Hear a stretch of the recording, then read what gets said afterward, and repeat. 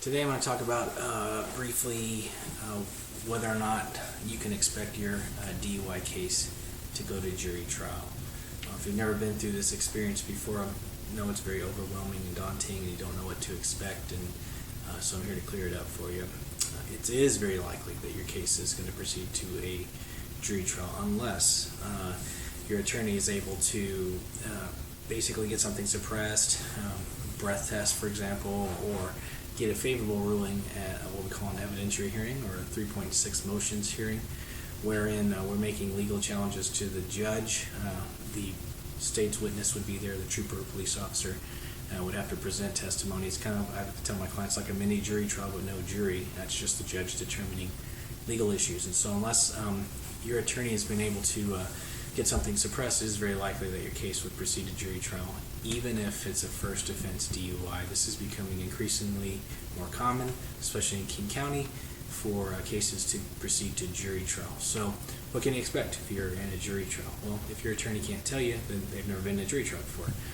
You can see from our results page, I've done numerous jury trials, gotten numerous not guilty verdicts, but of course every case is different and no one can guarantee how it's going to turn out. But as I always tell my clients, if you're not being given anything by the state in way of reduction, then you have nothing to lose. So, not giving you nothing, you have nothing to lose. So might as well take it in front of a jury and see what they have to say. That's what's great about our system. So what can you expect with a jury trial? Well, a DUI jury trial can last anywhere from 1 day to 3 days or more, depending upon the evidence, the witnesses, whether there's a breath test, things of that nature. So typically, a day and a half is pretty common, but it depends on how many witnesses there might be. So in a case where there is a breath test, the state is going to have potentially 3 witnesses at a minimum. Breath test technician would come and talk about the data master CDM, which is the breathalyzer here in Washington. Then a state toxicologist is going to come talk about the simulator solution that's utilized in the data master, which is something that's integral that has to be established. And then also talk about effects of alcohol on the body, which of course they weren't present to see you perform any field test or see you that night, so it's really superfluous in my opinion. But then of course the arresting trooper or troopers or officers would give testimony. A jury trial starts with what we call voir dire, which is selection of a jury. And that takes place with bringing in a pool of maybe 20 to 25 people.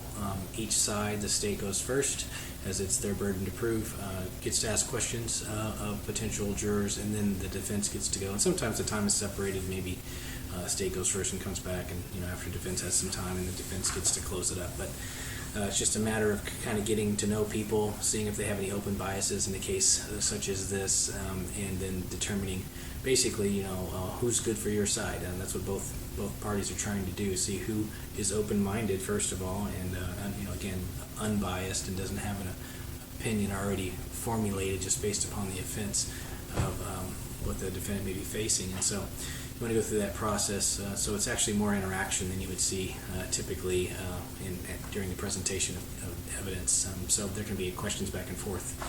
And so after that, then you're given an opportunity to select a jury. Each side gets 3 peremptories.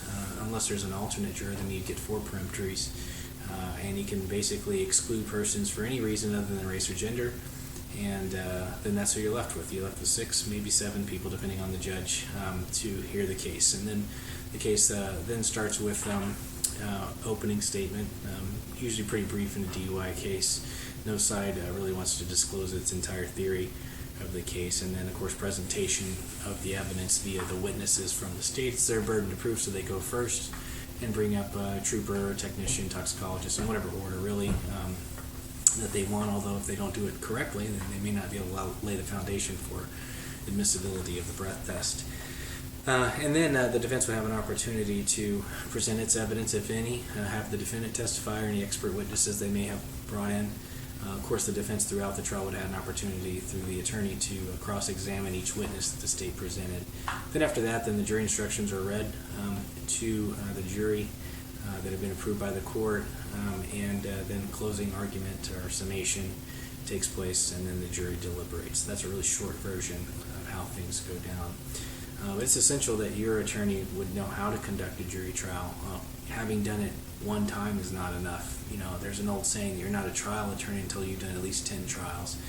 And so it's evident when you see a new attorney do one or two trials. It's very, very evident. You can see that they don't know how to present evidence. They don't know how to have an exhibit smart to present it to the court. So you need someone who's done this, who's been around the block.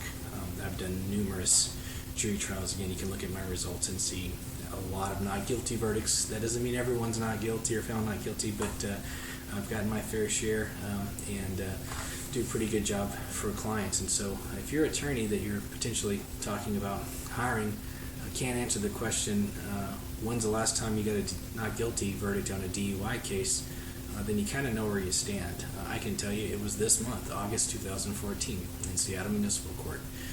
And so that's just experience talking. Again, don't be talked into pleading guilty if you're not being offered anything. Again, if they're not giving you anything, then you got nothing to lose. No judge is going to penalize you because you took your case to jury trial. In fact, I've really never had a judge give my client more jail time if they've been convicted by a jury just because they took their case to jury trial. So don't be convinced to plead guilty by your attorney because that's a threat.